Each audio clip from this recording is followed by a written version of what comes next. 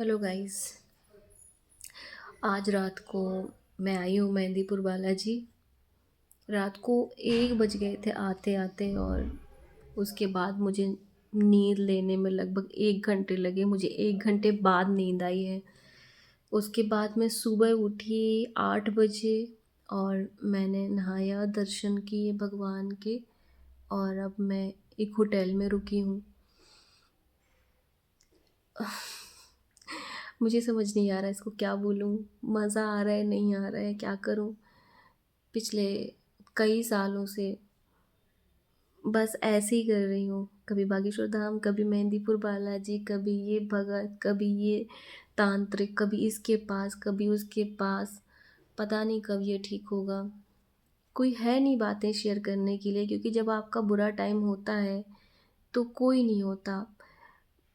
जिस इंसान ने मेरे ऊपर ये तंत्र मंत्र कराया, वो इंसान कभी बहुत, मतलब, जब मेरा झगड़ा हुआ तो दूसरों से बहुत बहुत ज़्यादा प्रेशर डलवाया कि मैं बात करूं, मैं बात करूं, और वो खुद वो इंसान चला गया।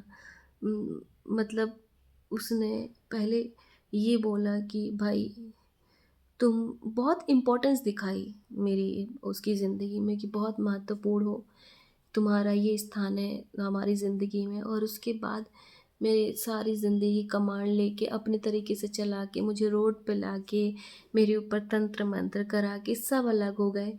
जो मेरी ज़िंदगी को कमांड कर रहे थे ना, वो सब अपनी ज़िंदगी जी रहे हैं, और अपनी अपनी ज़िंदगी में खुश हैं। और जब मेरे पास कुछ नहीं बचा तो बस मैं अकेली हो गई, और बहुत भटकी, बहुत रोई, और समझ नहीं आया 3-4 साल की मैं इतनी परेशान क्यों हूँ। मेरे काम रुक गए, मेरे रिश्ते चले गए, मेरा फाइनेंशियल बैकअप ख़त्म हो गया, जॉब में कुछ ठीक से कर नहीं पा रही थी, मैं मीडिया में थी, और शारीरिक रूप से बिल्कुल टूट चुकी थी। मेरे बाल वाल ये देखो सब झड़ चुके इसी तंत्र मंत्र के कारण।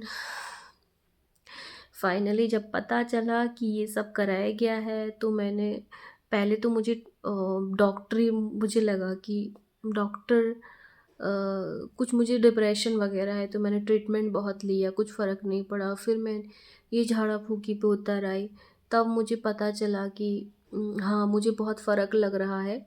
और फ़र्क लगने के बाद मुझे ये क्लियर हो गया कि मुझे क्या दिक्कत है। धीरे धीरे सारी चीज़ें क्लियर हुई, किसने कराया, कैसे कराया। और मुझे 2019 से तंत्र कराया गया था। मैं अभी 2026 चल रहा है, मैं ऐसी हालातों में हूँ। और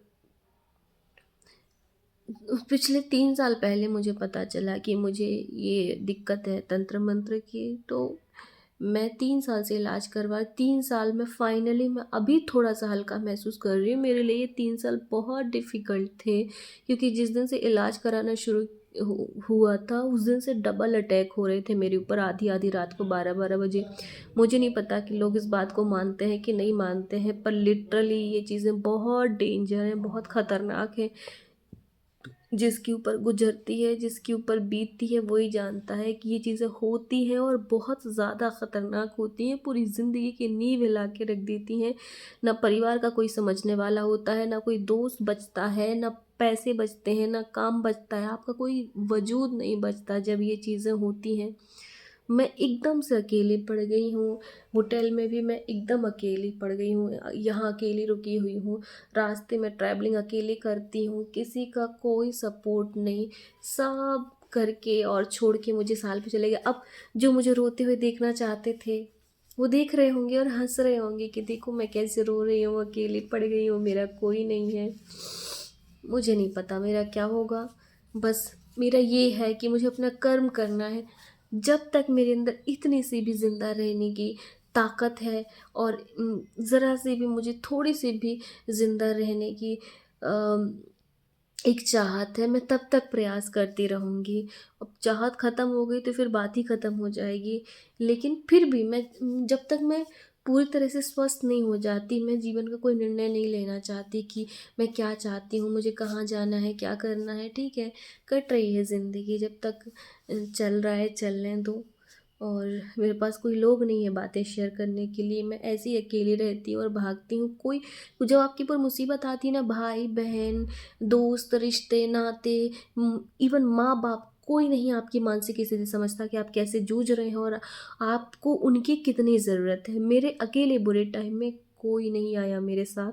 मैं मुझे बातें शेयर करने के लिए कॉन्टैक्ट लिस्ट में कॉन्टैक्ट ढूँढना पड़ता है, मुझे नंबर ढूँढने पड़ते हैं कि मैं किसको जाके अपना दिल का दुःख बताऊँ कि मैं इस हाल में हूँ और मैं अकेली जी रही हूँ।